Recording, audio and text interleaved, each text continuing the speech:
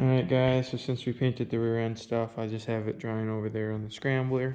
So we won't be able to put the rear end in it tonight, but I got the axle ready to go right here. I mean, it is kind of rough, but we'll make it work. Same with this. I gotta clean this one up right here.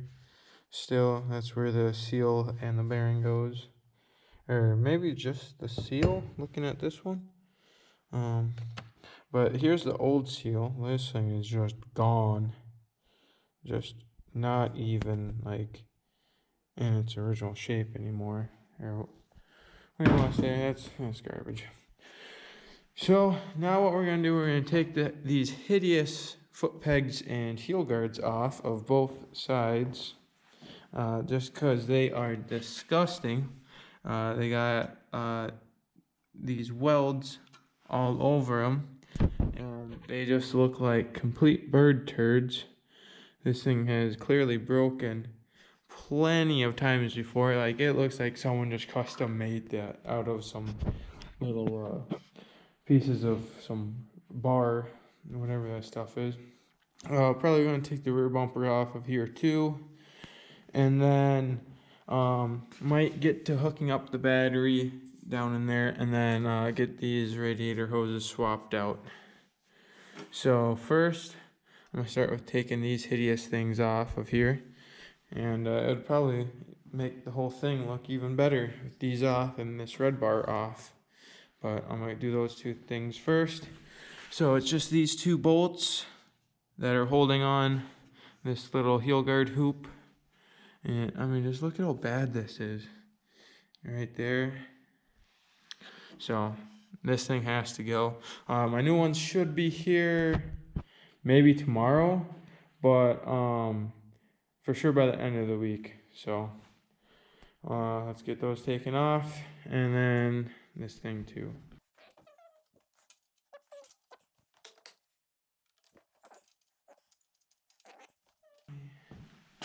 There it is. Yep, there it is. So mine is a 16 and a 14. I don't know if one of those are not supposed to be that size, but it is what it is. So I'm gonna get both these taken off, and this rear grab bar, these ones look like maybe 12s or something, and gonna go from there. It's already missing a screw. This one's like an exhaust hanger or some sort, but I'm gonna pull those off, and then we'll get on to the next thing. So we got at least the heel guard off of this side and the rear bumper off. These ones were just 12 mils. This one is all loose, but it's actually holding up my brake caliper, and since we don't got the rear end in it yet, and we don't got the heel guards or nothing, I just have it hooked on up there. It's actually got another bolt up there, which is a 12 mil. And then I just got that one only threaded in like 2 threads just to hold it up for now. And so now I think we are going to get these radiator hoses replaced here. So it is just a clamp on each side, and then you're gonna make a mess of coolant, that's for sure. I don't know actually how much coolant's in this thing, but a lot of it's gonna come out when especially when you take that bottom one off. So you want to make sure that you got like a catch pan or something for the coolant to go into, so it doesn't make a mess all over the floor. But I mean, I'm kind of used to that by now, so we'll get those switched out and then figure out what's next. Alright guys, so here are our new radiator hoses. These things will look really sweet on there. So they actually made their logo, they put it on there right on this one, but when I line this one up, this one lines up that way. It's upside down. But for my Predator, I'm pretty sure they're both messed up. So I mean, what do you expect? So I'll set you guys up right here, and you guys should be able to see that. And these are just 6mm clamps. So I'm gonna buzz them off. And just loosen them up now.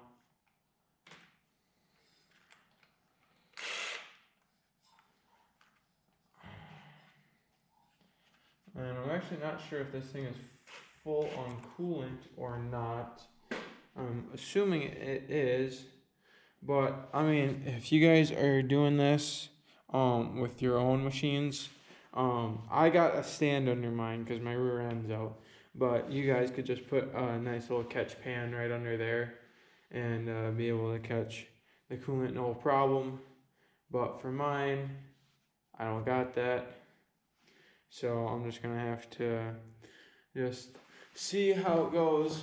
I will grab a rag here.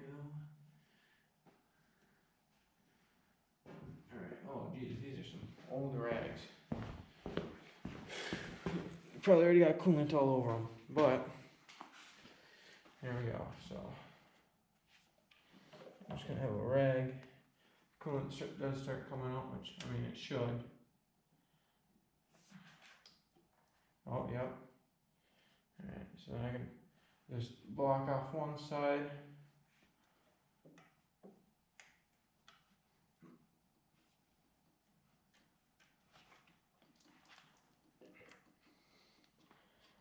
Alright.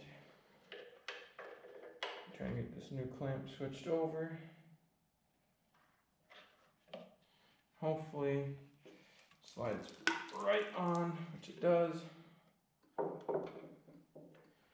Alright. Now this is the hard part. Well, so now you want to slide your clamp down and off of this one and get it all on your new one already. And then you want to turn this one and you just want to pull this one off and slide it on. That one wasn't so bad just because the coolant was already out. And then you want to make sure that it lines up. There's not a kink in it. So let me just twist this here. Alright, so it looks like it wants to fit like that. Then you just want to take your clamps and just tighten them back up.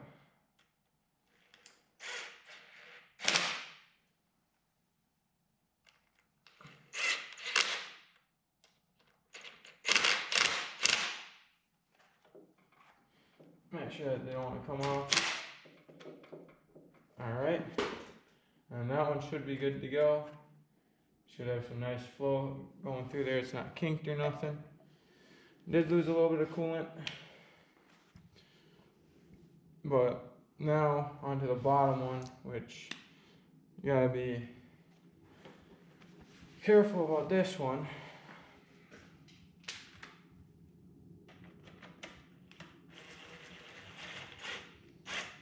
So you want to do the radiator side first, probably, I would say. Just because if you do the water pump side, it's just going to keep on pouring out the motor and drain your whole cylinder. So this one should fit no problem. So so you want to kink your hose and then pull this one off and make sure it stays up. And you want to slide this one on. So hopefully this side comes off. And sometimes it helps to use a little pick to break that seam free, because they do like to get stuck over time. So get a little pick like that. Or, well, I hope you got one better than this, but so you want to go in here in your hose, just go around it, free it up, because it does get dry and stick to that. So it's going to go on like that, pinch it, and now pull right off.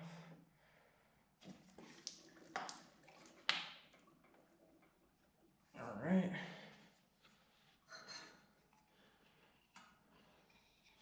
I'm going to switch this clamp over. Oh, a little bit came out there. So I actually gotta twist this one some,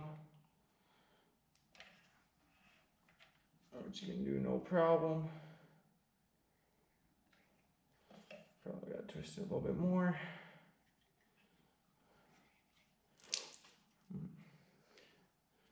Now this one, you want to make sure that you get your clamp off of, which mine is not loose enough.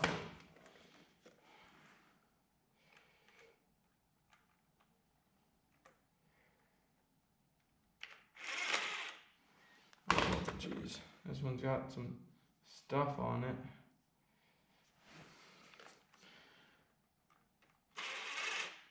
Alright, see if that's good now. Oh.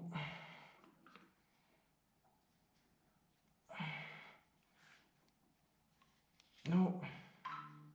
Still doesn't want to come off. Well, so then also what you can do is you can just undo it all the way and take it off, which is what I'm going to have to do because I won't be able to get it switched over in time. So just get this one back here and ready. And then you gotta go 3, 2, 1. Pull it off and get this one hooked up. Slipped on there. Just like that. And you don't lose too much coolant that way.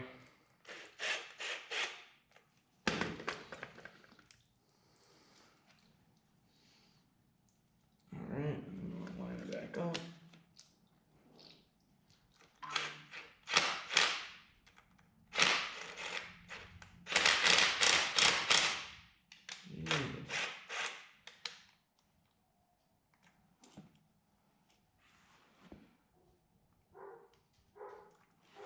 Clamp kind of sucks.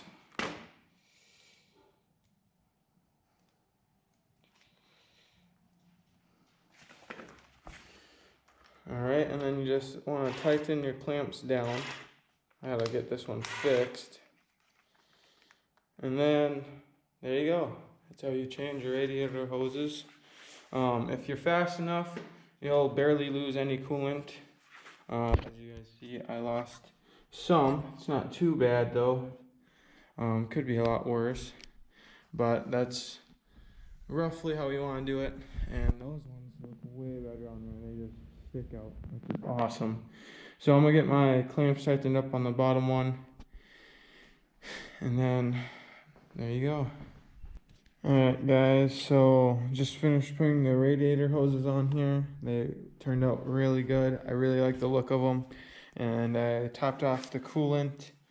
And I topped off the radiator first, and then I squeezed the hoses so that they could fill up and like push the air out. And then I top off my overflow. And so now there shouldn't be that much air left in the coolant system. So that's a good way to bleed it out when you have your hoses off and stuff. You just squeeze them and it gets some of the air out. You still have to bleed it, but it definitely helps. So just make sure that that's all topped off and then run it for a little bit and then check it again.